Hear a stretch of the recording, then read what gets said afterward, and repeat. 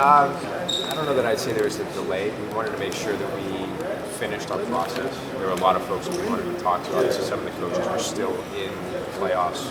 We didn't want to cut the search short. I think it gave us an opportunity to continue to get to know Chip.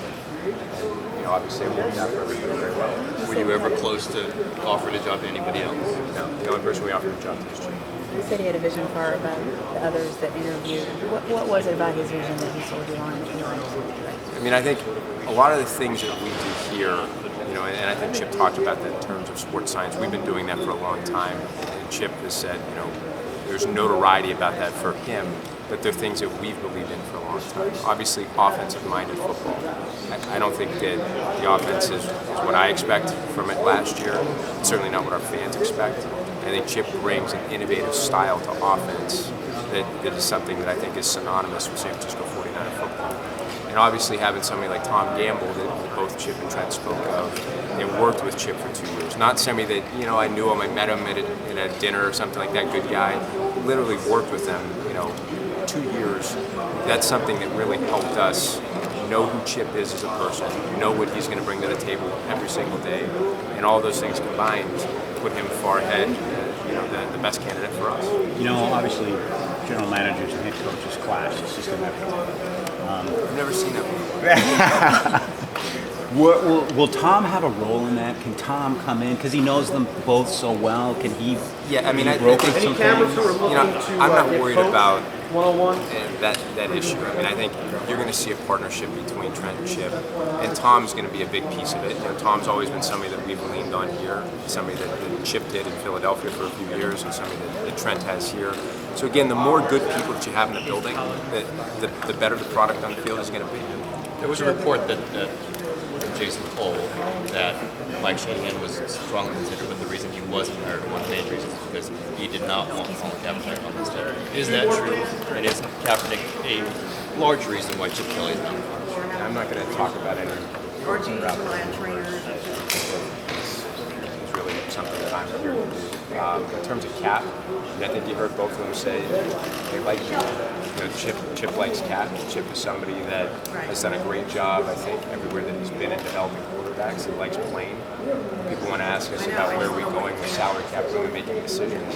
We have the third most salary cap space in the National Football League as it is today. So we're not in a bind to make a decision. We want to have as many good people on this roster as we possibly can. Jed, there's obviously, when he was asked about it, there's been a lot of talk about some players were a bit disenchanted. A lot of those may have been guys who left the league as were disgruntled, but there seems to be a lot of smoke there. Is that something you had to investigate fairly thoroughly? And where was your conclusion? So again, having Tom work there was a big thing for us.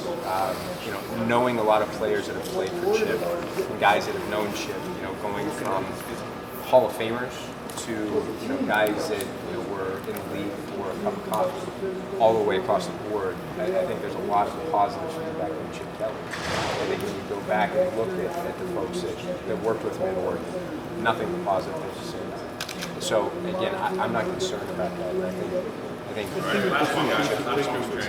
You said 8-8 is not acceptable. Obviously, time 11 was unacceptable. Chip Kelly is 8-8 his first year. That's unacceptable. Would you fire him? Chip's going to be here for a long time. Did it bug you that he was that you guys were doing I don't know who else he interviewed. I don't really concern myself with who else what else is going on. I'm concerned about the San Francisco. Your last interview process, you went through this and hired Jim Thompson. What was different about this process? Did you think it had to be different? I don't know that necessarily the process was different. I think what we were looking for was just, it's nice to have somebody that had head coaching experience that was out there. Somebody that we felt comfortable with, that could come in and build a partnership with Trent. That's really what sold us on Chip Kelly. So there are a lot of similarities between Chip and Jim Harbaugh, not Tom Sula. Came out of college, big splash his first year. Jim Harbaugh won a lot more, abrasive personality, has rubbed people the wrong way. Why is this one going to turn out differently than it did last time? Again, I think all the reasons that we just stated. I think the partnership between Chip and Trent, you're starting to see it build. There was a partnership between Jim and Trent at the beginning, right? I think there's a partnership with everybody. And, again, what we're looking for is making sure that we build this thing the right way, making sure that this is a partnership that we can continue to get the 49ers back where we need to be. And I have no doubt that we're going to get where we need to be. Philadelphia owed him owed him more than $13 million at the end after they fired him. Is it safe to say that you guys are paying a majority of his salary next 2 seasons? Are you paying less than the majority? What is the offset generally? If Chip wants to talk about what his salary is, he can, but that's not my position. And that's not his. What portion are you getting him for free? Are you paying him? If Chip wants to talk about his salary, he can. So it's possible that